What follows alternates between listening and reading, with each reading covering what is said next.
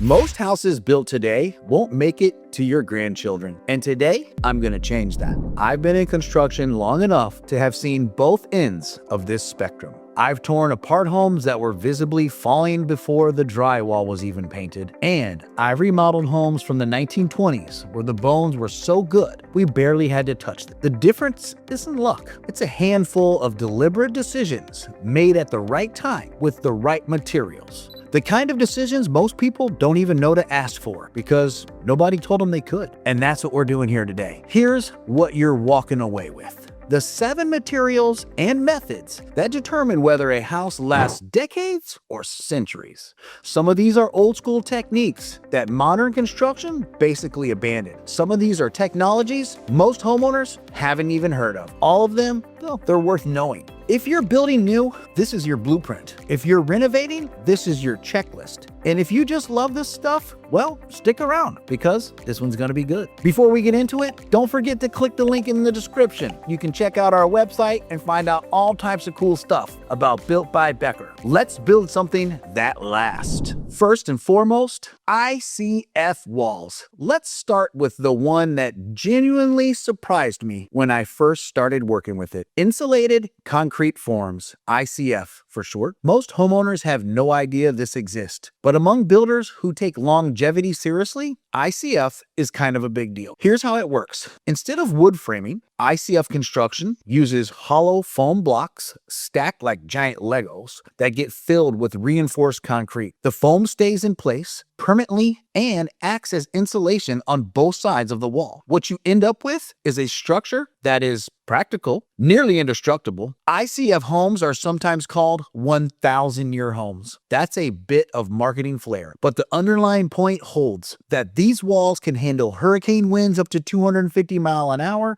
They carry a 4-hour fire rating. They are pest-proof, mold-resistant, and they don't slowly decay the way wood framing does over decades. One ICF home on Grand Abaco Island survived Hurricane Dorian. 36 straight hours of it, while everything else around it wiped off the foundation. ICF, is it right for your project? Maybe, maybe not. Cost 5 to 10% more up front. It requires experienced labor. And once that concrete cures, you're not doing casual renovations. But if you're building a house and you actually mean it, ICF is the method that takes permanence seriously. ICF homes are so strong, the only thing that will eventually bring it down is one of your kids fighting over the inheritance. Number 2, reinforced concrete foundations. A house, well, is only as good as what it is sitting on. That sounds obvious, but you'd be shocked how many builders treat the foundation as a box to check before the interesting work starts. That thinking is how you get cracked walls, uneven floors, and water problems that cost tens of thousands of dollars to fix 10 to 15 years later. A foundation built for a 100-year house is a different conversation. We're talking about reinforced concrete poured around steel rebar, which gives you a structure that doesn't just hold weight, it resists lateral pressure, seismic movement, and the constant shifting that happens as soil expands and contracts over the decades. But the concrete itself is only part of it. The piece that most people miss is the waterproofing. And I want to be specific here because there's a lot of confusion. Damp proofing and waterproofing, they're not the same. Damp proofing is basically a painted on asphalt coat. It slows moisture and it doesn't really stop. Real waterproofing means applied membrane on the exterior walls, a properly installed French drain system around the perimeter to manage hydrostatic pressure, and grading that slopes water away from the house rather than toward it. Look, water is the single biggest enemy of any structure over time, and the foundation built for a century treats that threat with seriousness that it deserves. Everything starts at the bottom. Get this wrong, and nothing else on the list will save you. Number 3, stone and brick exteriors. If you want a quick reality check on material longevity, look what's still standing from 500 years ago. It's not wood, it's stone and brick. The Great Wall of China, the Taj Mahal, all these things are masonry.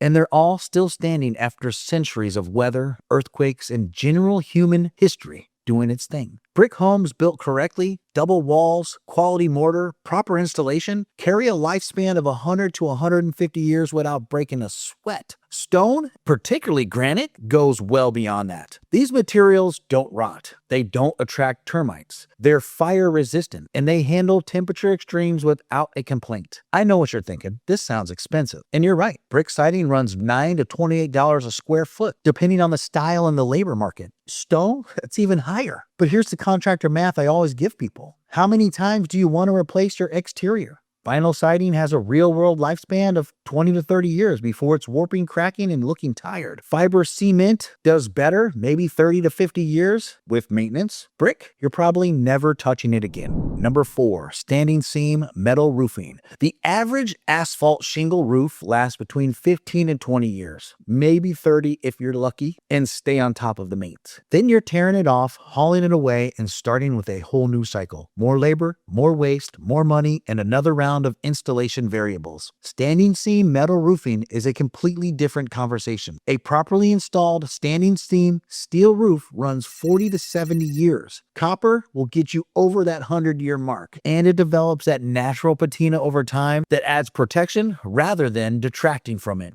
Zinc falls in that same range. The design details that make standing seam different from corrugated metal is the fastener system. On a standing seam roof, fasteners are completely hidden inside the raised seams. No exposed screws, no UV degradation. On connection points, no entry points for water. The panels can also expand and contract with temperature changes without putting stress on the fasteners, which is a major reason the lifespan is so much longer than the screw-down systems. Yes, it costs 2 to 3 times more than asphalt upfront, but when you factor in you might replace a shingle roof 3 to 4 times over that same lifespan, well, standing seam is just doing the math. Is lasting longer. Metal roofing also reflects heat rather than absorbing it, which can cut cooling bills down to 25%. Number 5, L-type copper plumbing. This one will start a debate in the comments, and I'm prepared for it. Copper versus PEX is one of the ongoing conversations in residential construction, and both sides have real points. But if we're specifically building a house for the 100 years, copper makes the case clearly. L-type copper, the standard residential grade, lasts 50 years on average and easily hits 100 in good conditions. It's resistant to corrosion, handles high water pressure and heat without an issue, isn't vulnerable to pest damage, and is fully recyclable at the end of its life. K-type copper, used in water mains and heavier applications, starts its lifespan conversation at 100 years. Now, PEX has genuine advantages. It's flexible, significantly cheaper, easy to install, handles freezing temperatures better than copper. For a standard renovation or a budget build, PEX makes complete sense. But it's a lifespan that tops out 25, maybe to 50 years, depending on the water quality and conditions. And it's vulnerable to UV exposure, certain chemicals, and rodent activity in ways that copper simply just isn't. Number 6, solid hardwood flooring. Walk into any well-maintained colonial era home and look down. Odds are the floors are original. Wood installed in the 1800s, still solid, still beautiful, still doing its job. With a refinish, it looks like it belongs in a mag. Solid hardwood flooring, when you choose the right species and maintain it properly, carries an average lifespan of 75 to 100 years. The National Wood Flooring Association has documented installations that have been in service for over 300 years. The reason it lasts so long, well, it's simple. You can sand it and refinish it multiple times, typically 4 to 7, depending on the thickness, which resets the surface without ever replacing the material underneath. Harder species like white oak, maple, and hickory resist denting and scratching that accumulates over decades of real use. White oak has become the modern benchmark of good reason, and it's dimensionally stable, well above the hardness threshold for residential use, and genuinely timeless across both traditional and contemporary interiors. There's almost no competitor against this one. Number 7, comprehensive water management. I saved this one for last because it's the least glamorous item on the list, and also, in my professional opinion, and the single most important factor in whether a house actually reaches 100 years in good shape. Water accounts for 70% of construction litigation in the United States. Moisture intrusion is a primary driver of mold, structural decay, foundation failure, and the kind of cascading damage that turns a fixable problem into a total loss. The houses that last aren't just built from better materials, they're built with a comprehensive strategy for managing water at every level, from the roof to the foundation. What that looks like in practice: a properly graded yard that slopes water away from the foundation at a minimum of 6 inches over 10 feet. French drain systems around the perimeter to handle hydrostatic pressure before it reaches the walls. A real waterproofing membrane on the foundation, not a damp-proof paint. Gutters that actually extend downspouts far enough away from the house. Vapor barriers in crawl spaces, flashing installed correctly at every roof penetration, window, and door opening. None of this is expensive relative to the damage it prevents. The homes I've walked into, 80, 90, 100 years old, and still absolutely solid, every one of them had built with respect for water. And the ones that didn't, water had gotten somewhere and wasn't supposed to be, and nobody caught it in time. 7 secrets. And the truth is that the homes from the 1920s still standing weren't built by people who knew more than us. They were built by people who didn't have the option to cut corners with cheap synthetic materials. We have to make that choice now, and it's worth making. If you want help putting any of this into practice, planning a renovation, making material decisions that will actually hold up, click the link in my description. BuiltByBeckerMedia.com. Everything is there. Now, go ahead, drop a comment with the oldest house that you've ever been in and what condition it was in. I genuinely love these. And if you found this to be useful, subscribe. We've got a lot more of this to come. And I'll see you on the next one. Thanks for watching Built by Becker.